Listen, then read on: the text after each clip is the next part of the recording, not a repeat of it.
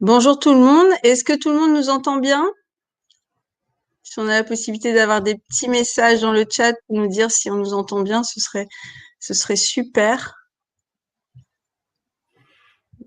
Bonjour Simon, Guillaume, Mickaël, Antoine. Super. C'est top. Bon, en tout cas, bonjour à tous. Nous sommes heureux de pouvoir vous présenter un webinaire dédié au bail commercial. Il est fortement conseillé de se faire accompagner dans la rédaction de ce type de contrat. Il peut impacter significativement la vie d'une entreprise, mais aussi la vie personnelle du dirigeant. Comme tout contrat, l'établissement du bail permet de fiabiliser le bailleur et le preneur. Nous souhaitons que les deux parties comprennent bien les tenants, les risques et les avantages de certaines clauses. On vous propose un format 369. On balayera les 9 clauses fondamentales du bail commercial, les 6 points financiers lors de la prise d'un local et enfin les 3 réponses aux litiges les plus fréquents sur ce sujet. Alors pour ce faire, je suis accompagnée de 3 experts. Julie Delannoy, formatrice développement d'entreprise, société Améliore ta gestion. Guillaume Bricard, notaire à Lille, spécialiste des opérations immobilières.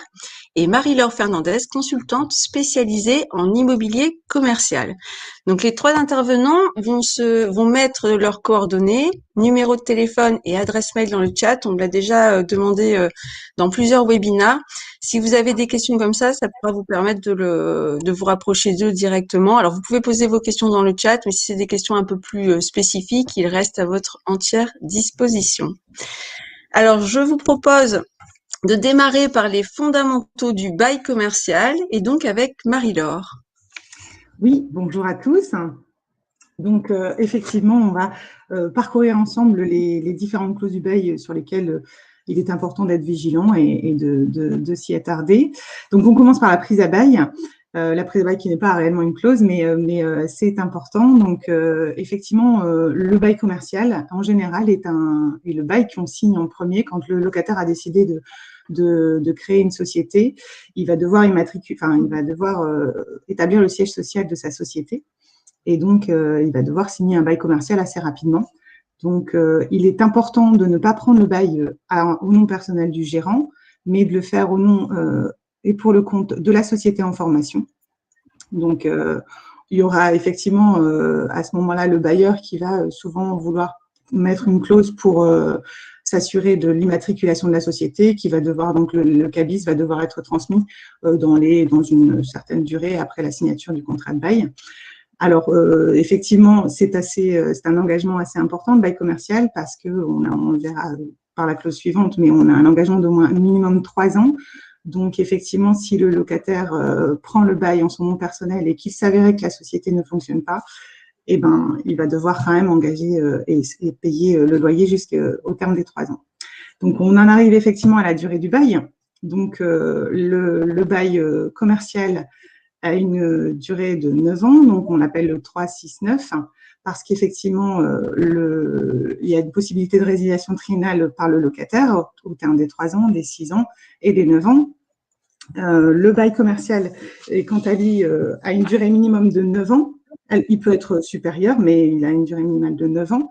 C'est uniquement le locataire qui a la possibilité de résilier au terme des 3 ans et des 6 ans.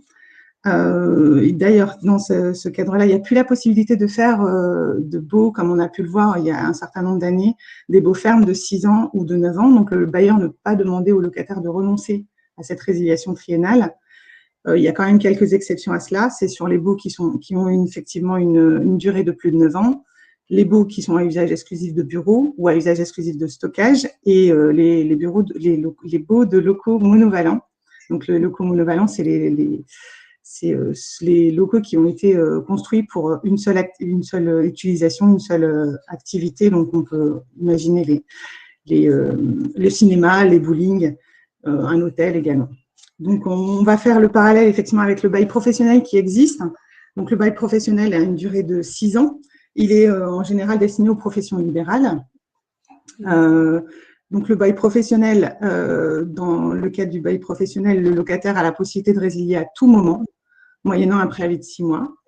Dans le bail commercial, il a la possibilité de résilier, donc comme on l'a vu, à chaque période triennale, moyennant également le préavis de 6 mois. Le bail professionnel, le bailleur, lui, quant à lui, est tenu des 6 ans et il peut donner résiliation au terme des 6 ans. Et dans le cadre du bail commercial, il pourrait donner résiliation au terme des 9 ans uniquement, mais à condition de verser une indemnité. Parce qu'effectivement, le bail commercial confère aussi le droit au renouvellement du bail. Donc, ce qu'il n'y a pas dans le bail professionnel. Donc, c'est la différence avec le bail professionnel également. Au terme des 6 ans, le bailleur peut donner résiliation sans aucune raison. En revanche, pour le bail commercial, il pourra donner résiliation au terme des 9 années, mais il devra verser une indemnité au locataire pour indemniser effectivement de la perte de ce droit au renouvellement, parce qu'effectivement, le bail commercial fait partie intégrante de son fonds de commerce. Donc, sur un bail 369, si on souhaite résilier, c'est 2 ans et demi, 5 ans et demi, 8 ans et demi. Oui, c'est ça, tout à fait, parce qu'on tient compte de la durée de préavis de 6 mois. Donc, pour un exemple concret, effectivement, un bail qui serait signé au 1er janvier 2021, on a la première période triennale qui se termine au 31 décembre 2023. Pour pouvoir sortir au 31 décembre 2023, le locataire devra donner congé au plus tard pour le 30 juin 2023. Ça peut être aussi bien avant, hein, il peut aussi donner sa résiliation bien avant.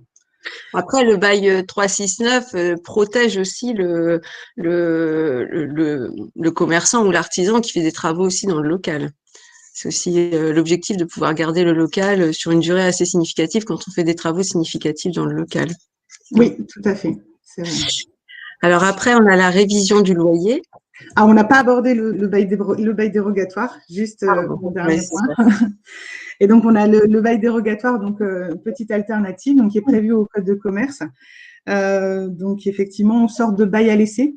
C'est un bail qui est conclu pour une durée maximum de 3 ans.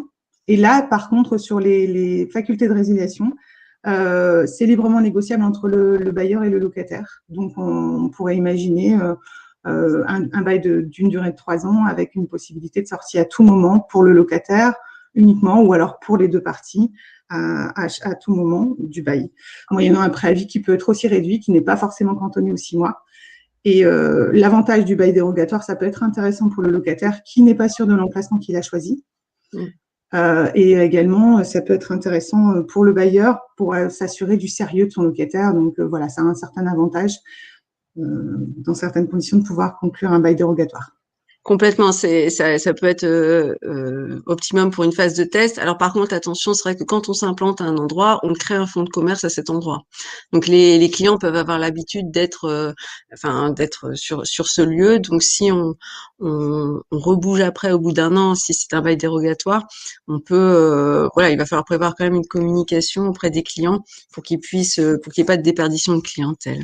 Mais c'est vrai que le bail dérogatoire, on le voit aussi. Après, rien n'empêche le locataire de se rendre compte qu'effectivement, il est bien établi, d'entrer en négociation avec son bailleur et pour le transformer plus rapidement en bail commercial. Aussi, hein. Ouais. Enfin, il y a toujours cette possibilité. Si les relations se passent bien, il n'y a pas de raison que ça ne fonctionne pas. Complètement. Après, en ce moment, on voit pas mal de beaux dérogatoires, justement, j'en ai fait pas mal, c'est il y a quelques mois concernant les laboratoires pour faire les tests Covid. Hein, donc, les propriétaires, du coup, font des beaux dérogatoires parce qu'ils pensaient que ça allait pas durer très longtemps. Puis finalement, la situation s'éternise. Donc, il faut faire attention que ça dépasse pas les 3 ans, comme Marie-Laure l'a dit, parce que sinon, vous tombez après sur un bail commercial. Et à défaut d'avoir prévu déjà les conditions de ce bail commercial, vous êtes soumis directement au code de commerce, donc avec des règles qui parfois qui peuvent être ennuyeuses pour le locataire ou pour le propriétaire. Tout à fait. Alors, j'espère qu'on n'ira pas jusqu'aux 3 ans pour le dérogatoire des tests Covid. Je suis assez d'accord. Merci. J'en profite, j'ai une question concernant justement l'indemnité à payer par le bailleur donc s'il veut prendre congé au terme des 9 ans. C'est une question de Thierry. Est-ce que ce montant est fixé au moment de la signature du bail commercial, c'est-à-dire initialement, ou est-ce que c'est négocié entre les personnes, ou est-ce que c'est déterminé par un tiers?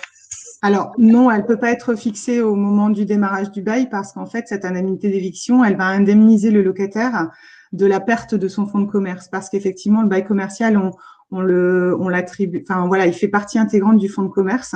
l'emplacement fait partie intégrante du fonds de commerce qui appartient au locataire.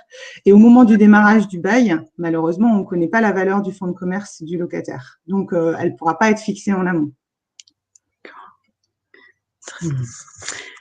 Alors, la révision du loyer. Oui, alors la révision du loyer, donc c'est le loyer qui est révisé parce que le loyer ne reste pas fixe durant les 9 ans, malheureusement. Et donc, il existe la révision triennale et l'indexation.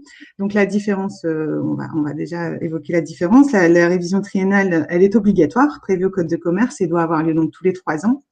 L'indexation, qui est plus courante, en général, systématiquement est prévue une indexation, elle est annuelle, donc effectuée chaque année. Et donc cette révision, ces révisions sont faites en fonction d'un indice qui est publié par l'INSEE. Donc les indices ne sont pas choisis au hasard. On a l'obligation donc de choisir entre l'ILC, l'indice des loyers commerciaux, ou l'ILAT, l'indice des loyers des activités tertiaires. Et donc, ces indices seront choisis en fonction de l'activité du locataire. Donc, en fonction de son activité, on choisira l'indice à utiliser. Pardon. Pas de problème. Et donc, ensuite, on a les charges récupérables et les travaux d'entretien. Oui, alors les charges récupérables, donc quand on conclut un bail, on a le loyer qui est prévu et en général, on a également une provision de surcharge qui est demandée, donc provision qui est estimée en fonction du montant des charges qui sont refacturées au locataire et qui sont régularisées chaque année. Donc, on connaît tous les charges classiques qu'il peut y avoir quand on fait une location, donc les consommations d'eau, d'électricité, enfin l'entretien des parties communes, ce type de choses. Pour les locaux commerciaux, on a aussi des charges particulières, donc notamment l'impôt foncier, qui est de l'assurance du propriétaire aussi qui pourrait être facturée.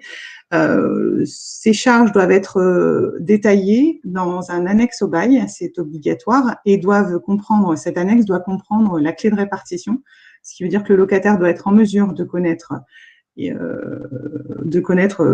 tout de suite, de pouvoir calculer sa quote-part, parce qu'il va lui être refacturé chaque année. Voilà, dans le bail. Donc, il y a des charges qui ne peuvent plus être facturées au locataire, donc depuis 2014. C'est les honoraires de gestion. Donc, un bailleur qui mettrait son bien en gestion via une agence immobilière, il paye des honoraires de gestion à cette agence pour effectuer le travail d'appel de loyer, etc. Ces honoraires étaient, il y a plusieurs années, refacturés aux locataires, enfin pouvaient l'être, désormais elles ne peuvent plus être facturées. Et également, les charges qui ne peuvent plus être facturées sont les charges des gros travaux qui concernent les parties communes. Donc effectivement, l'article 606 du Code civil, qu'on appelle le clos et couvert. Donc on embraye justement du coup sur les travaux et l'entretien. Donc là, on parle des travaux qui vont avoir lieu en cours de bail, pendant la vie du bail, et l'entretien du local pendant la vie du bail. Donc là, c'est pareil, les gros travaux relevant de l'article 606 du Code civil, donc le clos et le couvert, donc ce qui concerne vraiment la structure de l'immeuble. On entend par là la toiture, les travaux de structure d'immeuble, ne peuvent plus être facturés, ne peuvent plus être mis à la charge du locataire, désormais, depuis 2014. En revanche, l'entretien du local en cours de bail est, lui, en général, mis à la charge du locataire, donc il va devoir entretenir couramment, régulièrement son local pour le maintenir en bon état. D'ailleurs, un annexe également doit être, il y a 2 annexes qui doivent être ajoutées au bail, donc c'est pour que le locataire sache les travaux qui ont été effectués ces 3 dernières années dans le local et les travaux qui sont également prévus dans les 3 prochaines années. Ça permet d'avoir que le locataire soit éclairé sur les travaux qui ont été faits et qui sont à prévoir. Alors c'est vrai que nous en comptabilité, moi j'aime bien demander lorsqu'il y a de la refacturation les vrais avis, les avis par exemple de taxes foncières, parce que par exemple j'ai un client en tête qui avait une refacturation depuis une quinzaine d'années, de sa taxe foncière en fait, et c'était toujours refacturé la même chose. Donc c'est vrai qu'en demandant l'avis parfois, on a des surprises parfois à la baisse, des appels des appels. Donc c'est vrai que ça peut. Donc nous on le demande systématiquement, donc avec les refacturations qui est bien. les vraies, les factures définitives derrière. Au passage aussi, la taxe foncière, on essaye d'avoir une proratisation de la taxe foncière sur la première année, c'est-à-dire si vous prenez un bail par exemple en septembre, de payer la taxe foncière de septembre à décembre, mais pas de janvier à décembre. Voilà. Oui, en effet. D'autant que il faut faire aussi attention, c'est au niveau des provisions. Généralement, le bailleur prévoit une provision sur ses charges qui sont mises à la charge du locataire, mais il n'y a jamais de régularisation en fait pendant le bail, alors que normalement, ça doit faire l'objet d'une régule annuelle. Et donc, c'est bien au locataire qui incombe de demander cette régularisation parce qu'elle est importante. Généralement, vous avez des trop-perçus qui sont remboursés, mais qui sont en pratique jamais remboursés par les bailleurs. Donc, en tant que locataire, je trouve que c'est quand même un point sur lequel il faut être vigilant et c'est souvent le comptable qui est vigilant sur ce point. Oui, ça fait de la trésor, c'est un peu de trésor actuellement, ça fait pas de mal. Non, je rigole. Alors, destination. Oui, donc on passe à la clause de destination. Donc c'est une clause très importante parce que c'est la clause qui va déterminer les activités qui pourront être exercées dans le local. Donc le locataire doit être extrêmement vigilant sur la rédaction de cette clause par rapport aux activités qu'il exerce. Donc, il faut qu'il s'assure que toutes les activités, qu'elles soient principales ou accessoires, soient bien mentionnées dans cet article pour pas que justement il puisse se trouver en difficulté par la suite. Et le bailleur doit aussi également être vigilant sur la rédaction de cette clause, parce que il faut qu'il s'assure que l'activité qu'il va autoriser à son locataire, elle soit autorisée par le règlement de copropriété si jamais il est en copropriété. Et donc, il existe la clause tout commerce, donc clause qui peut être particulièrement intéressante pour le locataire parce qu'effectivement, elle permet d'exercer toutes les activités sans restriction. Donc, effectivement, ça peut être très, très intéressant pour lui. Elle est extrêmement rare parce qu'effectivement, elle doit appeler à la vigilance, notamment pour le bailleur qui doit s'assurer de pouvoir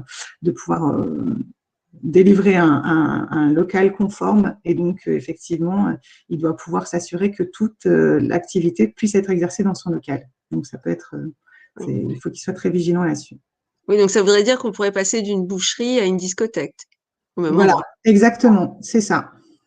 Donc effectivement, c'est vrai au niveau de la réglementation, c'est pas les mêmes réglementations qui s'appliquent au niveau des règles de sécurité, d'incendie, d'hygiène et d'accessibilité des personnes handicapées. Donc du coup, effectivement, le bailleur, il a quand même, en consentant un bail tout commerce, il prend quand même un grand risque qu'à un moment donné, un futur locataire qu'il ne connaît pas encore, mais qui a racheté le droit au bail ou fonds de commerce, adopte une activité qui va l'obliger à faire certaines dépenses liées aux gros travaux qu'entraînerait cette mise en œuvre. Ouais, tout à fait. Alors ensuite, la cession et la sous-location.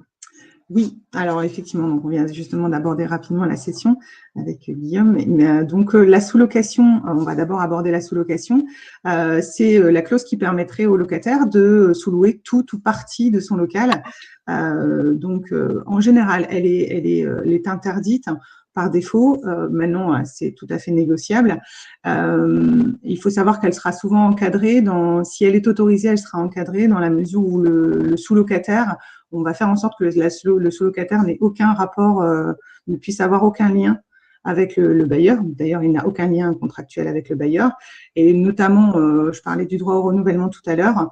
Le locataire, s'il ne prétend pas à son droit au renouvellement du bail commercial, le sous-locataire, lui, ne pourra pas se substituer pour obtenir ce droit au renouvellement. Donc, il y aura vraiment des conditions d'encadrement de cette sous-location si elle est autorisée. La cession, c'est autre chose. Donc, là, on distingue la cession du droit au bail et la cession de fonds de commerce. La cession de droit au bail, c'est uniquement la cession du bail commercial. Donc uniquement le bail en cours avec le local en fait. La cession de fonds de commerce en revanche c'est le locataire qui va céder son activité à part entière, donc le commerce avec sa clientèle, son matériel, etc. Donc la cession de droit au bail en général elle est interdite parce qu'effectivement c'est assez risqué. Et puis voilà, on autorise plutôt la cession de fonds de commerce avec des conditions. Donc, les conditions sont en général l'agrément du bailleur, donc il faut obtenir l'agrément du bailleur, et également son intervention à l'acte de cession. Il va aussi être exigé que le locataire soit à jour de ses loyers au moment de la date de cession. Et le bailleur va se prémunir parce que là, il va se retrouver avec un locataire qu'il n'aura pas choisi. Donc, dans ces cas-là, il va se prémunir en incluant une clause qui indique que le cédant va rester garant du paiement des loyers durant 3 ans.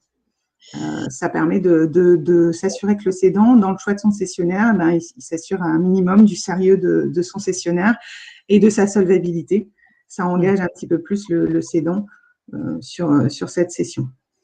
Alors c'est vrai que nous, on conseille pas mal de réécrire un nouveau bail lorsqu'il y a une vente pour plein de raisons, mais déjà notamment celle-là en fait. C'est vrai que si on a encore cette clause qui traîne, c'est pas l'idéal pour une activité professionnelle.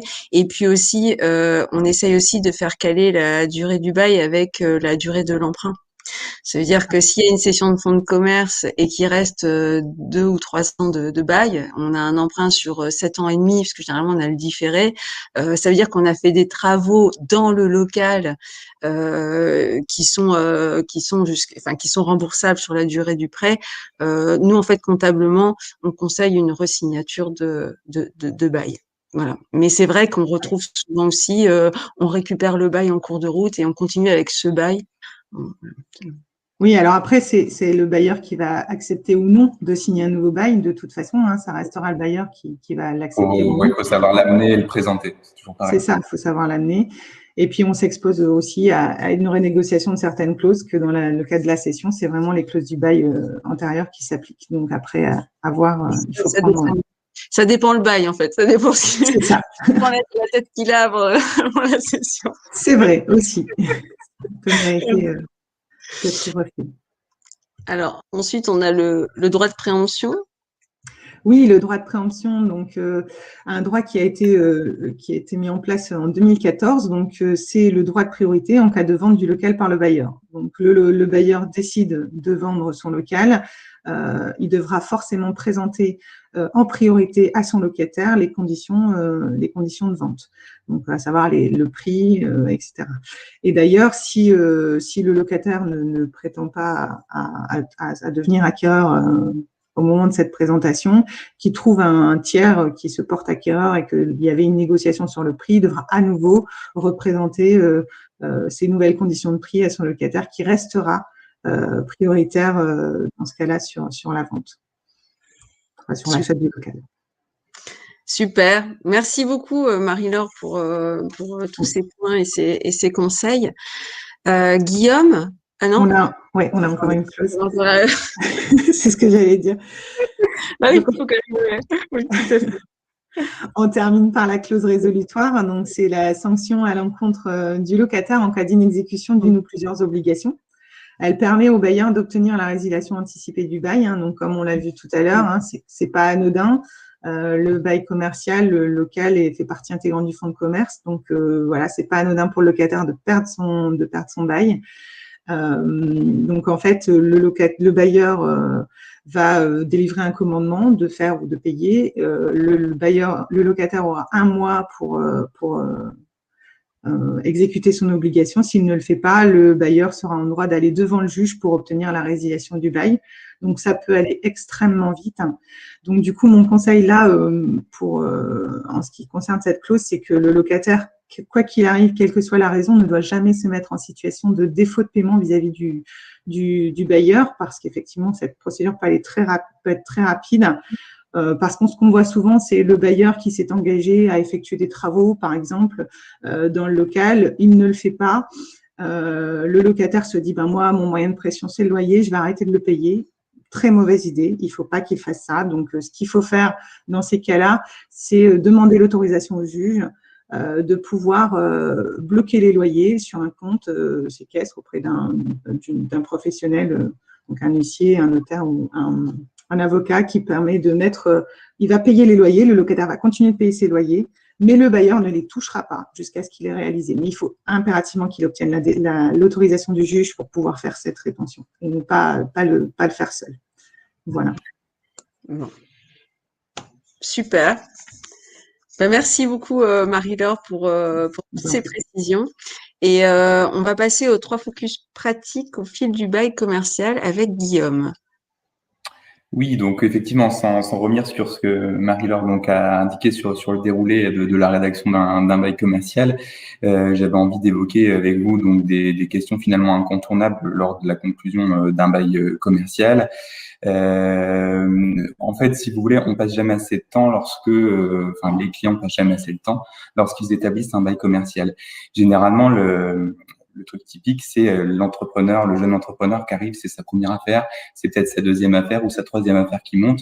Lui, si finalement il a la tête dans le guidon, il est dans la production, il a envie d'ouvrir, et finalement le bail, c'est une case à cocher. Mais c'est pas qu'une case à cocher, parce que ça va entraîner en fait toute une série de choses par la suite dans le cadre de l'exécution du bail qui va durer plusieurs années, et aussi au moment où il va mettre fin au bail, soit par la cession, soit par la résiliation du bail. Donc, plutôt que ce soit une case à cocher pour l'entrepreneur, il faut vraiment qu'il s'y attarde avec quelqu'un, un conseil, parce que généralement, le bailleur, lui, aura son conseil, et le bailleur, généralement, c'est souvent quelqu'un qui a déjà un patrimoine et qui sait être conseillé et qui aura, du coup, bien ficelé son bail commercial. Donc, il faut vraiment, là c'est un peu le cliché, mais il faut vraiment bien avoir ça en tête. Surtout qu'en fait, les baux commerciaux, c'est une matière qui est en perpétuelle évolution. Et donc, finalement, on n'est jamais à jour de cette matière complètement, puisque les tribunaux rendent des décisions de manière hebdomadaire sur les baux commerciaux, parce que c'est une matière où il y a beaucoup de conflits. Donc en fait, simplement, on va évoquer ensemble lors de la conclusion du bail les points de vigilance qu'il faut avoir, puis ensuite lors de l'exécution, puis la dernière partie, ce sera lors de la fin du bail. Donc lors de la conclusion, en fait, il faut réaliser, et généralement, ça c'est le professionnel dont vous chargez de rédiger le bail, qui va faire un audit de ce que vous souhaitez en fait, tant en tant que propriétaire, investisseur, qu'en tant que locataire, entrepreneur. Et en fait, vous avez des intérêts qui sont pas les mêmes. Donc le but, ça va être, enfin c'est en fait un curseur, hein, et ça va être de trouver le bon équilibre entre les deux. Et ça, c'est justement notre boulot en tant que professionnel, de trouver le bon équilibre. Généralement, parfois les gens font le bail eux-mêmes, hein, c'est tout à fait possible. Mais il y a quand même pas mal de risques que ça vous pose problème par la suite. Donc déjà rien que sur le choix du bail commercial, est-ce qu'il est vraiment opportun de faire un bail commercial? Parfois on est obligé de le faire parce que vous avez la qualité de commerçant, et donc on est automatiquement soumis aux baux commerciaux, et ça protège bien entendu le locataire qui est en place. Comme Marie l'a dit tout à l'heure, vous avez la propriété commerciale avec un droit à renouvellement et un fonds de commerce. Mais parfois, ça va être facultatif, et dans certaines circonstances, on va pouvoir faire un bail professionnel. Le bail professionnel, il laisse plus de liberté à la profession libérale qui va exploiter les lieux, et parfois, ce sera souhaitable quand l'orthophoniste qui va s'installer, elle veut tester la clientèle dans le quartier pour ensuite acheter des locaux à son nom dans quelques mois. Donc, c'est vraiment là-dessus où finalement, il faut faire attention avant de s'engager dans la conclusion d'un bail. Après, c'est vrai que l'avantage du bail commercial, c'est la sécurité, la stabilité, tant pour le locataire que pour le propriétaire. Ensuite, on a dit qu'on pouvait faire un contrat de bail directement entre les parties. Généralement, la question qui m'est posée, c'est à quoi ça sert de faire un bail devant notaire? Finalement, généralement, c'est surtout au-delà du conseil que peut avoir le propriétaire et le locataire.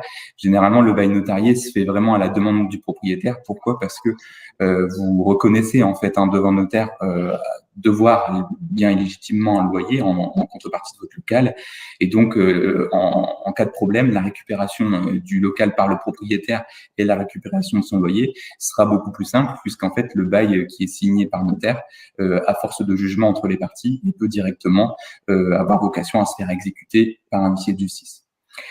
Au niveau du bail commercial en tant que tel, finalement, il est prévu dans le code de commerce, à défaut de convention entre les parties. Mais le jeu, en fait, ça va être de dire, non, nous, ce qu'on veut pas, c'est pas le bail commercial qu'il y a dans le code de commerce, c'est de pouvoir l'ajuster avec des clauses, des conventions entre les parties, qui vont pouvoir finalement être un bail sur mesure pour le bailleur et pour le locataire. Et en fait, dans les ajustements contractuels, ce dont on se rend compte, et quand je conseille des entrepreneurs qui prennent un bail, c'est que finalement le locataire, c'est toujours le parent pauvre de la matière, puisque c'est le propriétaire finalement qui impose beaucoup de choses. Et vous voulez le local, donc finalement vous dites oui. Cependant, il y a une loi qui est intervenue en 2014 qui permet quand même de protéger davantage le locataire, et Marie-Laure en a parlé tout à l'heure. Donc après, les points de vigilance sur lesquels il faut faire attention, c'est par exemple la désignation de ce que vous louez. Qu'est-ce qui est marqué dans le bail? Est-ce que vous louez simplement un local? Est-ce que vous louez la cave? Est-ce que vous louez les parkings qui sont à côté? Et ça, c'est vraiment important parce que si jamais, à un moment donné, en cours de bail, le bailleur donne son accord pour que vous louiez en plus une place de stationnement à côté sans faire d'avenant au bail, à la fin du bail, ça peut entraîner des conséquences comme un déplafonnement du bail, c'est-à-dire que le loyer en fin de bail ne sera plus garanti. Sur la durée, on a un peu aussi évoqué tout à l'heure, on a parlé du bail dérogatoire qui, quand il arrive à échéance, vous tombez sur un bail commercial. On a d'autres risques. Par exemple, parfois j'ai des clients qui viennent me voir avec un bail qui est directement fait entre les parties, et finalement ils ont cru faire un bail de 9 ans. Sauf que quand on regarde bien dans le bail qu'ils ont conclu entre eux, ils ont fait ça un peu la veille parce qu'ils étaient pressés. Puis ils ont fait un bail qui commençait par exemple à courir à compter du 15 avril 2021 pour se terminer dans leur tête 9 ans plus tard, le 15 avril 2030. Sauf que 9 ans plus tard, c'est pas le 15 avril 2030, c'est le 14 avril 2030. Et donc, le fait d'avoir un bail qui soit conclu de 1 an, de 9 ans plus 1 jour, et ben, vous allez tomber dans le côté obscur, si je puis dire, de la matière, puisque vous allez perdre toute la protection d'un bail 369. C'est-à-dire que dans l'acte, il pourra être indiqué que vous n'avez pas la faculté de résilier le bail tous les 3 ans, comme Marie l'a indiqué tout à l'heure. Et en plus de ça, si vous laissez le bail courir au-delà des 12 ans, vous pourrez avoir un déplafonnement du bail avec un loyer qui n'est plus encadré. Donc ça, c'est important. Et du coup, je me permets de rebondir sur la question de Guillaume, qui porte le même prénom que moi, qui est donc en train de racheter une boulangerie et qui a le même bail depuis 2003. Donc, il nous indique que la fin du bail est donc en 2022. Et il demande si finalement il doit attendre le renouvellement de son bail pour mettre à jour, ou est-ce qu'il peut le faire dès maintenant au moment de la cession. Et ben, en fait, c'est tout le problème, et il y a une confusion des clients là-dessus, c'est que un bail, une fois qu'il arrive à échéance, une fois qu'il arrive au bout des 9 ans, il n'est plus renouvelé. Il n'y a pas de renouvellement automatique comme un bail d'habitation. Votre bail, il est en tacite reconduction. C'est-à-dire que à tout moment, le locataire peut partir. Une fois qu'il a terminé ses années, au-delà du bail, il peut partir à tout moment en respectant un préavis de 6 mois. Et à l'égard du propriétaire, le propriétaire, lui, de son côté, il va attendre patiemment que la 9e année se déroule, la 10e année se déroule, la 11e année se déroule, et il va attendre la 12e année pour vous demander un déplafonnement du bail avec une augmentation du loyer que vous ne pourrez pas refuser. Et donc, du coup, en fait, pour répondre à la question de Guillaume, il est certain que quand on arrive au bout des 9 ans, donc à la 8e année, 8 ans et demi, quoi, il faut directement demander un renouvellement, une offre de renouvellement à son propriétaire afin que le bail soit renouvelé. Sinon, on n'a pas de renouvellement, on a une reconduction. C'est pas du tout la même chose. Alors, cette offre de renouvellement, quand on est à la fin du bail, on la fait par huissier, parce que il faut pas que vous oubliez une mention et que ce soit pas correct et que le bailleur puisse s'en prévaloir. Bon, Guillaume, pour autant, il ne faut pas être désemparé, il y a quand même des solutions. Ce qu'il faut faire à ce moment-là, c'est dans le cadre de votre rachat de fonds de commerce, je pense qu'il est vraiment essentiel, en même temps d'acheter le fonds de commerce, finalement, comme Marie l'a expliqué tout à l'heure, de re-signer un nouveau bail commercial. Alors, soit un nouveau bail commercial, ou soit un renouvellement de ce bail, le même jour que la cession. Il faut pas attendre, il faut que ce soit une condition de votre achat. Je pense que c'est la meilleure. Guillaume a fait une petite précision, il est bailleur et non exploitant. Ah, ok, d'accord. Il est côté bailleur. Donc, du coup, les règles s'appliquent de la même manière. J'ai pas d'opposition, un pour le bailleur, un pour le locataire. Mais c'est certain que dans ce cas de figure, il faut quand même renouveler le bail. Alors vous allez me dire, bah oui, mais moi, ce que je trouve, vous me dites qu'au-delà des 12 ans, je peux demander un déplafonnement du bail, ça m'intéresse. Je pense que ce qui est quand même sécurisant pour le bailleur d'avoir un renouvellement ou d'avoir un nouveau bail, c'est finalement d'avoir une certitude que vous soyez payé et que vous ayez un loyer pendant 3 ans de manière ferme. Je pense que c'est ça le principal avantage du bailleur sur le sujet. Donc ça, en fait, ça m'amène à la deuxième partie de l'exécution du bail commercial. Et donc sur l'exécution du bail commercial, on a parlé tout à l'heure de faire attention aux avenants. Généralement, les gens font un bail notarié au début, puis ils veulent changer quelques bricoles et puis ils font un avenant en cours de route. Généralement, l'avenant, ça va permettre au bailleur d'obtenir le déplafonnement du loyer en fin de bail. Donc c'est pas la bonne idée. Dès l'instant où on change quelque chose dans le bail, eh ben on fait un nouveau bail. Au niveau de la cession, le point de vigilance, quand on est locataire et qu'on cède son fonds de commerce, c'est quelles seront mes obligations à l'égard de mon bailleur une fois que je serai plus dans les locaux. La clause de solidarité, on en a parlé tout à l'heure, elle a peut-être une efficacité redoutable et parfois elle est même à double détente, c'est-à-dire que même si par exemple vous tombez en liquidation judiciaire, le liquidateur ne pourra pas céder votre fonds sans que le repreneur du fonds en liquidation judiciaire ait réglé votre ardoise. Donc ça peut rendre votre fonds finalement invendable. Ensuite, il faut faire aussi attention lors de l'exécution du bail. C'est vraiment quelque chose qui est d'actualité. C'est au niveau des franchises ou des abandons de loyer, appelez ça comme vous voulez, en cours de bail. Pourquoi? Parce que, ou lors de la conclusion, généralement, les gens arrivent et ils disent, mon locataire, il va me faire des travaux, donc, je lui consens 3 mois de franchise, pendant 3 mois, il ne paiera pas de loyer. Il faut vraiment bien rédiger ça dans l'acte, parce que la manière dont ça peut être rédigé, c'est-à-dire dire 3 mois de loyer égale des travaux, par l'administration fiscale, ça peut être considéré comme un loyer finalement indirect et déguisé, et comptablement et fiscalement, vous pouvez avoir un redressement, et en tout cas pour le bailleur, et ça peut être du coup, même si vous n'avez pas encaissé le loyer, ça peut être imposé comme si c'était un loyer, même si vous n'avez pas perçu le loyer. La deuxième chose, c'est que parfois on a des baux qui sont mal rédigés, où on dit à compter de la date du bail, je consens 6 mois de franchise à mon locataire. Très bien. Qu'est-ce qu'on fait lors du renouvellement? Vu qu'on renouvelle le bail dans les mêmes conditions, ça veut dire qu'au renouvellement, il y a encore 6 mois de franchise. Et ça, c'est déjà arrivé à certains de mes clients. Et c'est des choses sur lesquelles les juges tranchent en faveur du locataire avec 6 mois de franchise à nouveau. D'accord. Donc, c'est vraiment des points de vigilance importants. Après, au niveau de ces points de vigilance, en ce moment, on a un peu parlé de la clause résolutoire. Avec la Covid, ce qu'il faut, c'est vraiment à l'égard de son propriétaire, si on est exploitant, lui faire part de ses difficultés. Et si on est propriétaire, mettre en demeure son locataire de payer. Mais dans tous les cas, si vous voulez, si le commerce est fermé, on ne pourra pas demander tout de suite la résolution du loyer parce qu'il y a des dispositions spécifiques qui ont été prises pour la crise sanitaire. Et donc, il est du coup interdit de demander la résolution sur ce motif pour l'instant. Et l'avocat du locataire va lui, invoquer plein de raisons qui font que le loyer pour l'instant peut pas être payé. Ça ne veut pas dire qu'il ne sera jamais payé, mais vous pouvez pas vous en prévaloir pour demander la résolution du bail. Donc en fait, généralement, les arguments qu'on entend le plus, c'est c'est la force majeure déjà, c'est j'ai pas pu ouvrir mon local parce qu'on m'interdit de l'ouvrir. Ensuite, c'est l'obligation de délivrance. Ok, j'ai un bail commercial où je dois vous payer un loyer, mais en contrepartie, vous devez me donner un local qui doit être ouvert. Aujourd'hui, je suis pas en mesure d'ouvrir, donc je vous paye pas le loyer.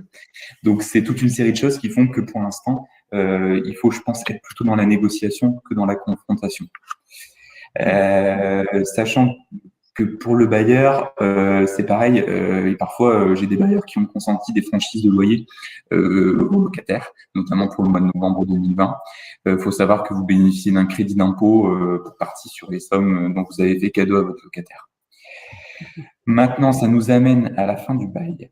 Pour la fin du bail, est-ce qu'on doit systématiquement renouveler le bail? C'était la question de Guillaume. La réponse est oui, et vraiment, mettez-vous un rappel dans votre agenda 9 ans plus tard, 8 ans et demi plus tard, parce que c'est vraiment un point sur lequel il faut être vigilant et sur lequel on a vraiment des gros problèmes. Ensuite, on a au-delà du renouvellement dont j'ai parlé tout à l'heure, on peut avoir aussi des questions qui peuvent se poser lors des cessions ou des résiliations. Finalement, comment on met fin à un bail? Soit en le cédant à quelqu'un d'autre, mais il faut être vigilant sur l'acte de cession, savoir qu'est-ce que l'on cède. Est-ce que l'on cède simplement le bail en tant que tel, ou est-ce qu'on va céder le bail avec du matériel, avec une clientèle, avec de la marchandise? Et en fait, souvent, moi, j'ai eu le cas encore avant-hier dans mon bureau, une dame qui achetait encore une fois une boulangerie, et elle me dit, moi, je rachète un fonds de commerce. Et puis, en fait, quand on regarde dans le détail, en fait, elle ne rachetait pas un fonds de commerce, mais elle rachetait un droit au bail. Alors, elle me dit, oui, mais ça, c'est sur papier, mais pour moi, c'est la même chose. Et c'est pas tout à fait la même chose, parce que ne serait-ce que comptablement, ça va pas être comptabilisé de la même manière. Vous allez pouvoir amortir ou non s'il y a du matériel ou pas. Donc, et encore une fois, vous allez pouvoir, vous allez avoir des difficultés avec les impôts si on fait une cession de droit au bail, alors qu'en vérité, il y a un fonds de commerce derrière et que vous reprenez la même activité. Donc nous, notre but en tant que conseil, c'est vraiment en fait de vous accompagner là-dedans, afin de matérialiser sur papier la meilleure solution juridique qui répond à vos attentes et matérielles et pratiques en fait. La dernière chose sur la résiliation du bail, c'est que parfois on a un local trop petit, on veut plus grand, et puis on a un bail en cours qui dure encore pendant 2 ans. Comment faire? Là encore, je pense qu'il faut en parler à son propriétaire, et parfois peut-être se mettre d'accord avec lui, et puis finalement trouver un repreneur, et peut-être pas forcément faire une cession de droit au bail, mais pourquoi pas le même jour que le propriétaire signe un nouveau bail avec son nouveau locataire, et puis signer la résiliation amiable d'un commun accord sans indemnité entre bailleur et locataire actuel de l'ancien bail. Okay, c'est des choses qui peuvent être faites et qu'on fait de manière quotidienne. Voilà, la dernière remarque que j'avais donc sur les 3 parties, lors de la conclusion du bail, l'exécution ou la fin du bail, c'est que c'est une matière qui est vraiment particulière. Autant pour certains autres baux comme les baux d'habitation, on conseille ici, nous, à l'étude à nos clients, des sites qui sont très bien faits, qui sont d'ailleurs faits par les notaires, qui permettent de faire un bail directement en ligne, sans passer par un notaire, de manière totalement gratuite. J'ai aucun problème avec ça, parce que les baux de location d'habitation sont encadrés par la loi de manière très stricte. Donc, et les locataires changent très souvent. Donc, un bail par notaire, ça va vous coûter, par avocat ou par ce que vous voulez, ça va vous coûter 1 mois de loyer inutilement. Un bail par l'intermédiaire d'un professionnel, un bail commercial, là, je pense qu'il y a une réelle plus-value sans vouloir vous obliger à le faire. Au-delà, généralement, les gens pensent que c'est un formulaire qu'on remplit et qu'on vous fait signer à la fin, mais c'est bien plus que ça. Il y a vraiment une stratégie qui va de l'audit du départ jusqu'à la rédaction et la signature du bail. Voilà. Complètement. Enfin, Guillaume, je te remercie pour ça. Enfin, nous, c'est pareil. Enfin, au cabinet, enfin, on ne rédige pas de baux. J'insiste là-dessus. Je pense que maintenant, enfin, avec le déroulé qu'il y a eu, je pense que tout le monde le comprend bien. Un bail, c'est extrêmement spécifique, engageant à titre professionnel, mais aussi personnel. Il y a des spécialistes. Il faut vous rapprocher d'eux. Et voilà. En tout cas, nous, c'est le mot d'ordre qu'on a au sein du cabinet. Alors, on va passer. Oui. Ouais, je vais juste répondre à la question de Simon qui nous dit est-ce que dans le cas impossibilité de faire sa loyer pour cause de Covid, un loyer doit également être mis en compte séquestre? En fait, j'ai envie de répondre que non, enfin que la réponse est peut-être dans la question, ou alors je comprends mal, mais disons que si vous avez les moyens de payer votre loyer, il n'y a pas de raison de ne pas le payer. Donc si en fait vous êtes dans l'impossibilité de verser votre loyer, là le bailleur ne peut pas se prévaloir de la clause résolutoire dans le bail pour résoudre votre bail. D'accord, ça c'est dans l'ordonnance qui a été prise là récemment. Par contre, donc du coup, si vous n'êtes pas en mesure de payer votre loyer, vous ne pouvez pas le séquestrer chez un tiers. Donc pour moi, soit vous pouvez payer votre loyer et vous le payez à votre propriétaire, soit sinon, vous ne le payez pas, mais il n'y a pas d'entre-deux. Ou alors, en fait, un séquestre, comme Marie-Laure le disait tout à l'heure, c'est quand il y a un litige, en fait, sur des travaux, sur ce genre de choses. Très bien, merci. On va passer à l'aspect chiffres, le bail et les aspects financiers avec Julie. Bonjour à tous, donc on va aborder le bail effectivement et les loyers. En général, la première question qu'on se pose quand on a un projet de création et qu'on entreprend le business plan, etc., c'est effectivement, comme le disait Marie-Laure, la première chose à faire, c'est trouver le local qui est approprié à mon projet. Avant de trouver un local, il faut quand même se fixer un budget. Et donc, c'est souvent une des premières questions qu'on a, c'est effectivement, j'ai un projet de création ou un projet de développement d'entreprise, mais comment est-ce que je peux me fixer un budget de loyer? Alors, c'est une réponse, c'est une question à laquelle il est assez difficile de répondre parce que de toute façon, il va bien falloir figer quelques chiffres à un moment donné. C'est toujours un petit peu circulaire. Il y a la question de la rentabilité, la question des investissements, la question de la trésorerie. Mais à un moment donné, effectivement, quand on avance dans le business plan, peut-être qu'on va pouvoir fixer le budget du loyer en fonction peut-être du chiffre d'affaires. Et là, ce qu'on a essayé de vous illustrer, c'est effectivement, en fonction du chiffre d'affaires que je vais déterminer, quelle est la part que je vais allouer aux charges et en particulier au loyer. Donc, effectivement, on va voir que dans un projet, on va estimer en moyenne que le loyer peut représenter 10% du chiffre d'affaires. 10% du chiffre d'affaires annuel, ça veut dire quoi? Ça veut dire que, par exemple, si on part sur un projet de restaurant, avec un chiffre d'affaires qui va être de l'ordre de 200 000 €, on va réfléchir à un loyer annuel de 20 000 € par an, environ 1 700 € par mois. Attention, comme le disait Marie-Laure, il y a quand même un certain nombre de charges que l'on ne retrouverait pas dans un bail d'habitation, mais qui sont vraiment d'usage dans un bail commercial. Une fois qu'on aura visé un logement, effectivement, on va retourner dans notre triptyque de prévisionnel. Est-ce que ce local, finalement, compte tenu de son emplacement, sa capacité à mettre des tables, une terrasse, etc., me permettront d'envisager et de respecter mon chiffre d'affaires envisagé à 200 000 €.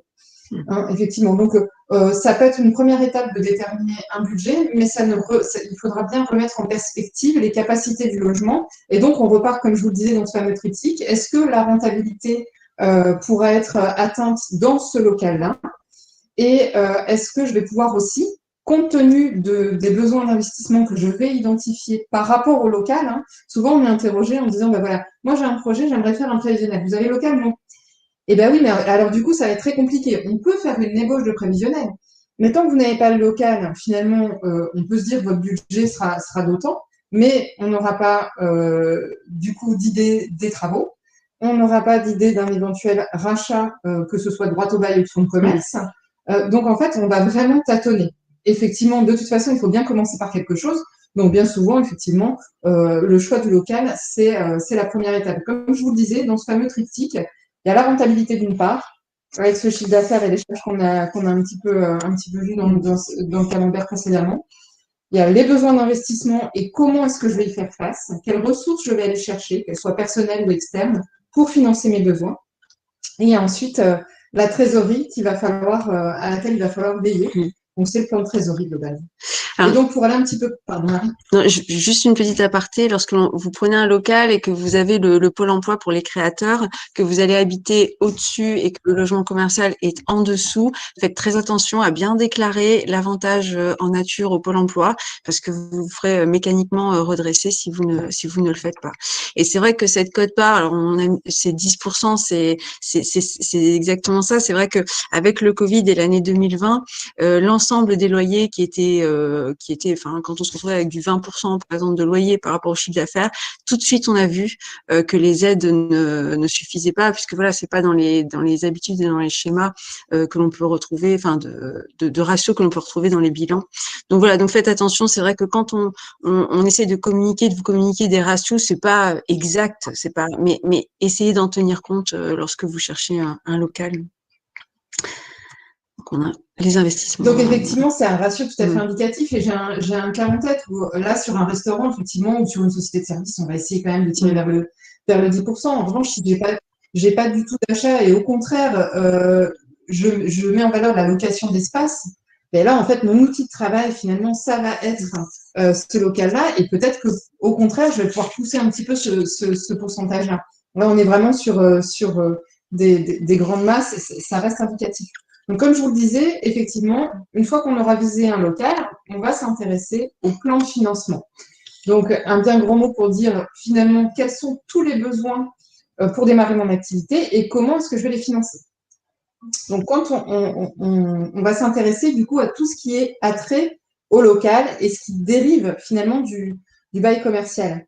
Bah, il va y avoir le droit au bail, évidemment. Bon, alors, c'est pas ce qu'on voit le plus souvent dans les plans de financement, mais ça peut arriver. Les travaux d'aménagement. Alors, effectivement, quand on voit qu'il y a beaucoup de travaux d'aménagement, et là, effectivement, alors là, pour le coup, il faudra bien le prévoir avec la clause ad hoc dans le bail commercial, comme le disait Guillaume, mais quand on voit qu'il y a beaucoup de travaux d'aménagement qui, du coup, vont venir donner une valeur supplémentaire au local, il est quand même d'usage de négocier avec le propriétaire. Peut-être que pendant la période des travaux à minima, le loyer ne soit pas facturé au preneur de bail. Okay. Ensuite, effectivement, on va avoir le mobilier, l'enseigne, le matériel de cuisine. Les frais de déménagement, on en aura besoin pour démarrer l'activité. Ce ne sont pas des frais qu'on va rencontrer tous les ans, qui ne vont pas se répéter tous les ans. La communication de démarrage, le site internet, les frais de rédaction du bail, les frais d'agence et le dépôt de garantie. Alors, le dépôt de garantie, en général, effectivement, il est fixé à 2 à 3 mois de loyer hors taxe. En face de ça, effectivement, on va mettre déjà un apport, que ce soit de l'apport en capital ou des avances des associés, autrement dit des apports en compte courant. Les créateurs d'entreprises et les entrepreneurs d'une façon générale peuvent aussi faire appel à différentes plateformes telles qu'Initiative ou Noratif pour avoir accès à des prêts d'honneur qui vont venir gonfler justement l'apport, puisque ce sont des prêts aux créateurs et aux entrepreneurs. Et donc, ici, principalement, évidemment, le prêt bancaire. Il ne faut pas négliger le crédit relais de TVA. Pourquoi? Parce qu'en fait, comme vous le voyez à gauche, il y a beaucoup de ces besoins qui vont être assujettis à TVA. Okay, les travaux, le mobilier, l'enseigne, etc.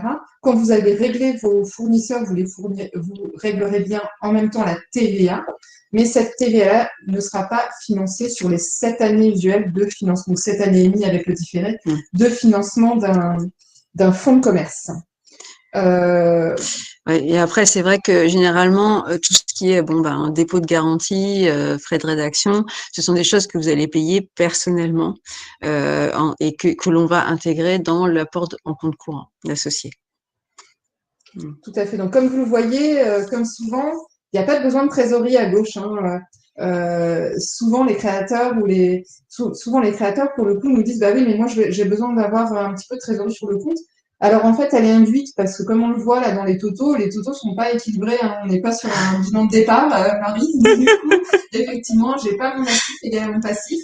Mais par contre, on voit bien qu'il y a une marge de manœuvre. Et justement, cette marge de manœuvre-là, c'est parce que de toute façon, on ne peut pas commencer en entreprise en ayant un compte à zéro et il faut pouvoir financer quelques mois de charges fixes aujourd'hui comme hier, j'ai envie de dire. C'est ça. Et après, surtout, prévoyez bien des clauses avec les entrepreneurs qui vont venir faire les travaux parce que on voit parfois des baux avec des loyers très importants et en fait, on a eu une franchise de 2 mois et les travaux durent 6 mois au lieu de 2 mois. Il faut prévoir des pénalités en cas de livraison tardive des travaux parce que sinon, ça peut vous mettre vraiment dans l'embarras au niveau de la trésorerie. Donc après, le loyer. Alors, sur le loyer, vigilance, ce qu'on voit aussi effectivement parfois dans les conditions de paiement du loyer, ça va être un paiement trimestriel d'avance. Alors ça, c'est un petit peu dangereux en termes de trésorerie parce que globalement, si je démarre un bail avec une caution de loyer de 2 mois et un paiement trimestriel d'avance, ça veut dire qu'au moment du démarrage, je vais devoir décaisser 5 mois de loyer, ce qui va quand même mettre à mal ma trésorerie. Alors, il faut, dans tous les cas, l'intégrer peut-être dans le plan de financement initial et puis, d'une façon générale, dans le plan de trésorerie pour bien anticiper ça et le financer. Alors, évidemment, du coup, le paiement mensuel est toujours à privilégier. Alors, juste une petite précision pour le paiement mensuel du loyer, puisque avant l'usage c'était le trimestriel, mais c'est vrai que maintenant de plus en plus le paiement mensuel se démocratise. C'est qu'en fait, il faut faire attention là encore lorsqu'on établit le bail, puisque généralement les parties nous disent bah c'est un paiement mensuel et je demande 3 mois de dépôt de garantie de loyer. Bah, il faut savoir que lorsque le premier versement que fait le locataire au propriétaire dépasse 2 mois de loyer, donc là on est à plus de 2 mois hein, puisqu'on a le premier mois de loyer plus 3 mois de dépôt de garantie, donc on est à 4 mois. Et ben le dépôt de garantie que vous allez verser entre les mains du bailleur ou que le bailleur va recevoir, il sera productif au taux d'intérêt légal du moment où ce sera crédité sur son compte jusqu'à la restitution. Donc si vous restituez ça 20 ans plus tard, je vous laisse calculer les taux d'intérêt. Donc c'est du coup des vigilances qu'il faut avoir. Donc il y a des petites techniques hein, où on dit que du coup le dépôt de garantie est versé en plusieurs fois afin d'éviter ça. Super, merci. Effectivement. Et du coup, les charges. Alors on a parlé de la partie fixe. Et puis les charges, alors c'est souvent effectivement, sont souvent des provisions pour charges, comme on disait tout à l'heure, vigilance, ce ne sont que des provisions, donc qui amènent logiquement à une régularisation, même si elle est assez peu fréquente. Donc au-delà des charges communes, celles qu'on retrouverait finalement dans un bail d'habitation, c'est-à-dire l'eau, l'EDF, l'entretien des parties communes, on va ici retrouver dans le bail commercial et énuméré dans l'annexe ad hoc, comme le disait Marie-Laure, un certain nombre de charges, dont la taxe foncière. Donc là, comme il a été dit déjà, toutes ces refacturations doivent être proratisées en cas de prise à bail, soit en cours de mois, soit en cours d'année ou de trimestre. Alors là, logiquement, de toute façon, là encore une sécurité pour le locataire, enfin cette fois-ci une sécurité plutôt pour le locataire. Si vous passez chez le notaire, de toute façon, il y aura systématiquement une proratisation des charges. Ouais, et faire attention aussi la manière dont la taxe foncière est répercutée quand le propriétaire est propriétaire de la totalité de l'immeuble. Qu'en fait, généralement, nous, ce qu'on prend en compte, c'est la matrice qui est délivrée par le Centre des impôts fonciers. En fait, c'est le détail de la taxe foncière, comment elle est calculée entre le rez-de-chaussée et les étages. Et nous, on prend en fait dans nos baux commerciaux cette clé de répartition-là, hein, qui est incontestable puisqu'elle est objective, c'est celle des impôts. Et ça permet à ce que vous payez en tant que locataire la taxe foncière qui vous incombe pour votre propre local et pas 50% de la taxe de l'immeuble. Bah oui, parce que surtout que le biais pourrait être de refacturer la totalité de la taxe foncière au locataire sur laquelle on peut la facturer, c'est-à-dire le locataire professionnel, puisqu'on ne peut pas refacturer la taxe foncière effectivement dans le cadre d'un bail d'habitation. Donc effectivement, vigilance par rapport à ça. Alors après, dans le cadre du développement des entreprises, effectivement, au bout de 2-3 ans, on a souvent cette réflexion-là de se dire, bah, finalement, ce serait peut-être intéressant de racheter, enfin, soit d'acheter un local commercial ou d'envisager le rachat du local que j'occupe. Pourquoi? Bah, pour se constituer un patrimoine, finalement, hein, ça peut finalement constituer une rente au moment où je vendrai le fonds de commerce ou au moment où je céderai finalement la main et que je prendrai ma retraite. Généralement, ça se fait via une société bien différente. C'est-à-dire qu'on va avoir d'un côté la société d'exploitation et de l'autre côté une société dédiée à l'immobilier. En général, ça va être la société civile immobilière, que ce soit ou non les mêmes associés de part et d'autre. Pourquoi? Parce qu'en fait, on va éviter de mélanger les choses parce que il faudrait pas que la faillite de l'un entraîne celle de l'autre. Et puis aussi, si jamais je veux revendre les parts de ma société, je n'aurais pas forcément envie de revendre l'immobilier avec. Donc, ça va se faire effectivement dans le cadre d'un prévisionnel. Alors, en fait, en général, ce qu'on se dit, c'est qu'effectivement, si je paye déjà un loyer, je vais payer un autre loyer, mais l'argent, voilà, il sera finalement transféré d'une charge à une autre. Et l'idée, c'est de se dire, est-ce que le différentiel de charge entre la charge actuelle et la future charge de loyer est absorbable par la société d'exploitation?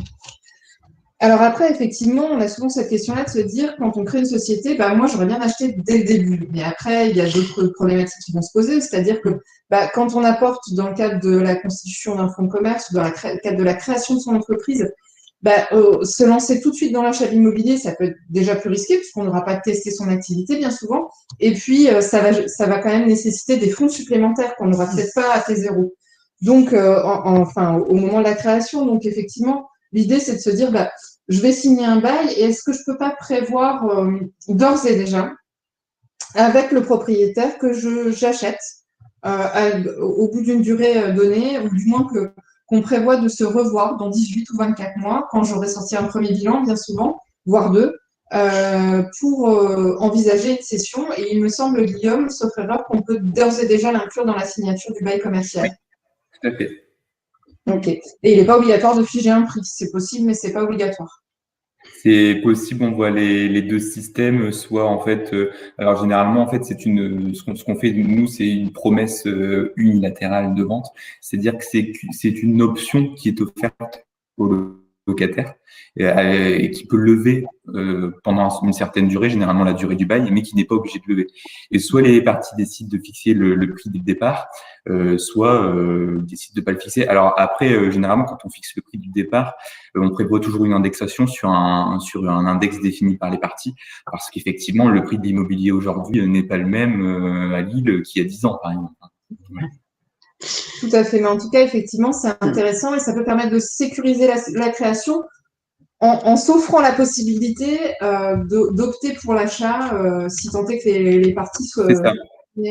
Généralement, donc sur les baux qu'on rédige sur l'île intramuros, et sur la métropole, on fait peu parce que le marché immobilier est tellement tendu que généralement le bailleur ne veut pas s'engager. Par contre, on le fait un peu plus loin, dans des régions comme l'Avesnois ou ce genre de choses où là c'est un peu moins tendu au niveau du marché et effectivement le bailleur n'est pas contre. Oui. Et ça permet aussi finalement de diversifier les placements. On peut faire des placements retraite, on peut faire du Madelin. Et après, là, c'est aussi une forme de placement pour penser à sa retraite après. Et soit donc de vendre sinon le bien après quand on l'a fait financer en partie par son activité professionnelle, soit après d'avoir un loyer qui rentre une fois qu'on est à la retraite. Voilà. Je me permets peut-être de répondre parce qu'on parle de la vente du local. C'était une question du coup de Nicolas qui disait que deux frères étaient propriétaires d'un local commercial et signé avec un tiers et l'un des deux frères souhaitait vendre ses parts. Est-ce que le locataire est prioritaire pour acheter cette moitié de local? Alors, il n'y a pas on peut pas donner de réponse comme ça sans avoir lu le bail, de savoir de quand le bail date, avant ou après 2014. Enfin, il y a toute une série de choses qu'il faudrait voir dans le bail. Donc, la simple chose, c'est que effectivement, depuis 2014, la loi dite Pinel, elle prévoit dans le code de commerce un droit de préemption pour la cession du local commercial. Cette cession, il y a plusieurs exceptions. Et il y en a une notamment, c'est la vente en fait aux descendants, mais uniquement aux descendants. Donc c'est-à-dire que si un des frères vend ses parts à ses enfants, là c'est bon. Par contre, si le frère vend les parts à ses neveux et nièces, là ce sera pas bon. Ok. Mais encore une fois, sous réserve de la lecture du bail. Super. Bon, il y a beaucoup de questions et je pense qu'on ne pourra pas répondre à toutes les questions malheureusement parce que je pense que Marie, on arrive au terme. N'hésitez pas peut-être à prendre contact avec chacun des intervenants. Oui, c'est vrai. Alors, c'est vrai que la dernière slide, c'est des questions et on est très content que vous en posiez. Et c'est pour ça qu'aussi les intervenants se sont permis de mettre numéro de téléphone et adresse mail. Et ils ont accepté de répondre à l'ensemble de vos questions pour les participants de ce webinaire. Sachez aussi que ce webinaire sera disponible sur notre site internet avec l'ensemble des autres webinaires sur les RGPD, sur les congés payés, sur le contrat de travail, etc., sur l'immobilier aussi. Donc allez-y, renseignez-vous. Ce sont des webinaires qui sont à votre disposition gratuitement pour apporter du conseil à tous les entrepreneurs. Je remercie énormément donc Julie, fondatrice de Améliore ta gestion, formatrice développement des entreprises, Guillaume pour notaire à Lille qui est spécialisé des opérations immobilières, et Marie-Laure Fernandez, consultante spécialisée aussi en immobilier commercial. Un grand merci à tous et j'espère vous revoir pour le prochain. À très bientôt. Au revoir. Au revoir. Au revoir.